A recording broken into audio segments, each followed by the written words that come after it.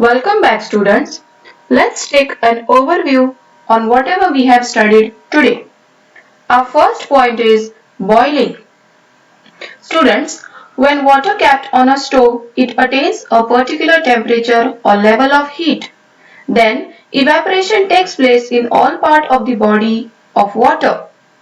Then we see water bubbles rising at faster and faster rate to the surface and steam mixing in the air.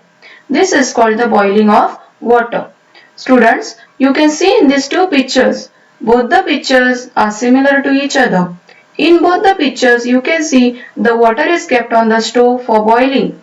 It is kept for the heating purpose. After few time, when the water gets boiled, it forms the bubbles into it, and then steam also gets mixed with the air. Yes, so that steam is the formation of water vapors. This is the boiling of water. Condensation.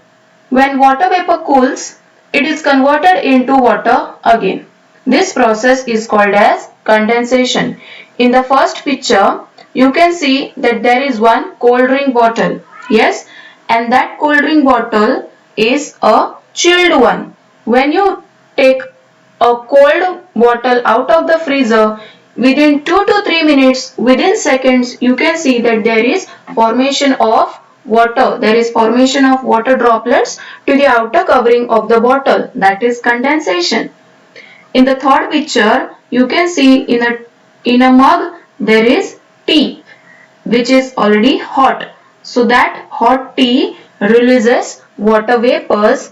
Water vapors again cooled down and forms water droplets on the inner surface of the mug. That is condensation.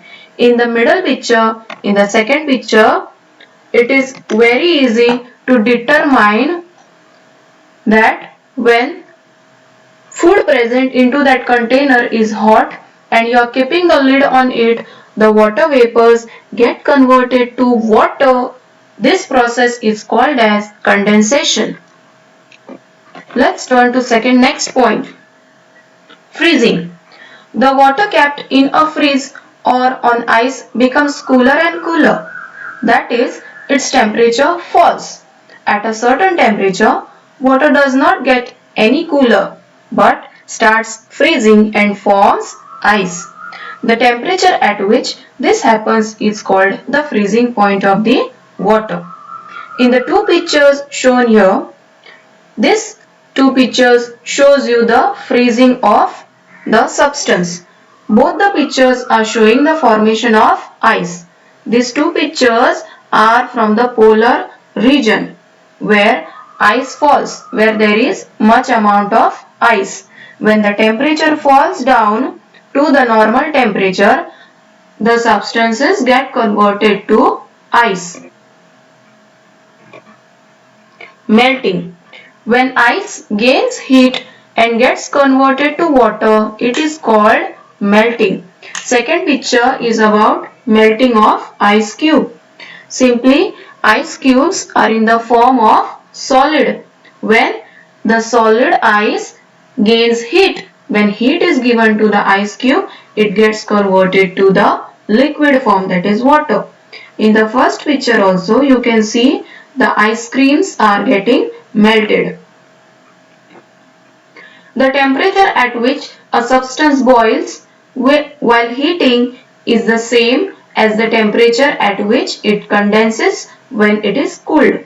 Similarly, the temperature at which a substance freezes while cooling is the same as the temperature at which it melts when it is heated. Various uses of changes in physical state. Now we are going to discuss about the uses of change of physical state. First one, candles are made by melting paraffin wax. Paraffin is brought from the factories. After the melting of paraffin wax, you give the shape of candle which we use in our household purposes. Second one, solid carbon dioxide, that is dry ice, is used to make ice creams and to keep it frozen. Solid ice is also used for ice cream purposes as well as it is used for hospital purposes also. Liquid nitrogen is used in animal husbandry. Sand, also called as silica, is melted to make glass. Students, the things present in your house which are made up of glass, glasses or spoons, trays, dishes, these are all made up of silica. Silica is one of the different type of sand which is melted and brought on the shape of that particular dish or a glass or a tray. Metals like gold and silver are melted to make ornaments. Iron is melted to make tools. Now students, we will discuss about sublimation. The change of a solid substance directly into a gas or vapor without first changing into a liquid is called sublimation. Generally, considering an example of ice and water, ice when heated gets converted to water and water when heated gets converted to water vapor. But in some situations like naphthalene balls, the naphthalene balls are in the form of solid, but when they are heated, it directly gets converted to vapors, that is the gaseous form of naphthalene balls. Instead of getting converted to liquid, it gets converted to vapors, also called as gaseous form. That process is called as sublimation. Naphthalene balls are the cubes, the white balls which we use for the purpose to keep our clothes fresh. Your parents must have been keeping it in the cupboards. Let's see here what is sublimation using iodine.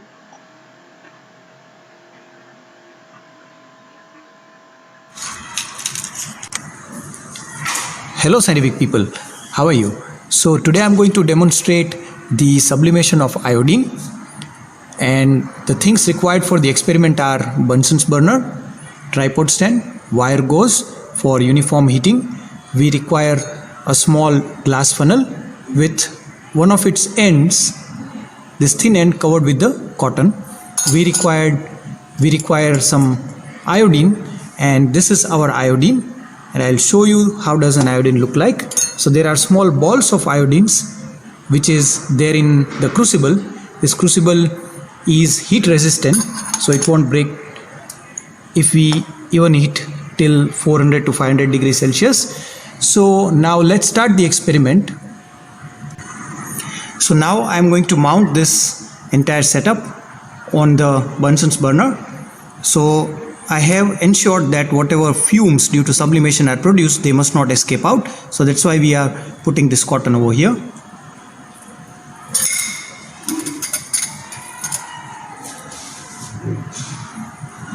So now let's see what is going to happen.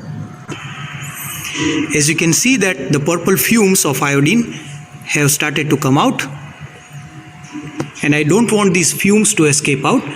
Now iodine sublimates, that means from direct solid state it will convert into gaseous state, and I don't want these purple fumes of iodines to get out, so that's why we have plugged a cotton piece over there.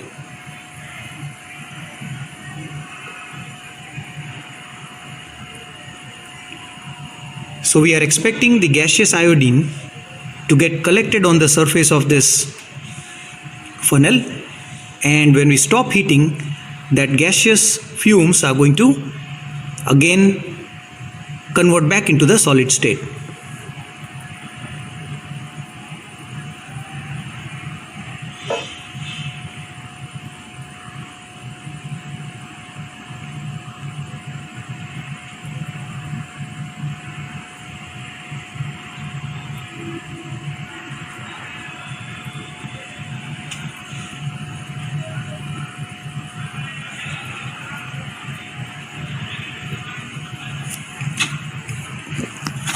So now let's lift this and see.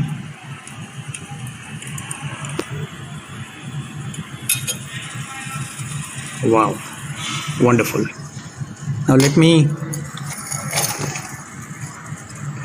switch off the Bunsen's burner.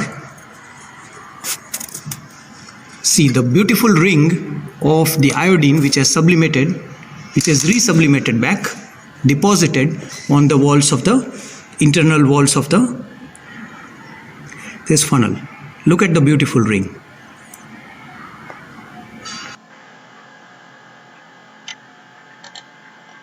Students, in this video you must have seen when iodine particles kept in one dish, when heated, they directly get converted to gaseous form. As the same dish was covered with a funnel and funnel was covered with a small cotton ball to its smaller end, the fumes were not able to come out of the funnel. Therefore, it is not getting converted to liquid form but getting converted to solid form directly without changing into liquid form. This process is called as sublimation. Same like iodine, naphthalene balls will also react. Thank you.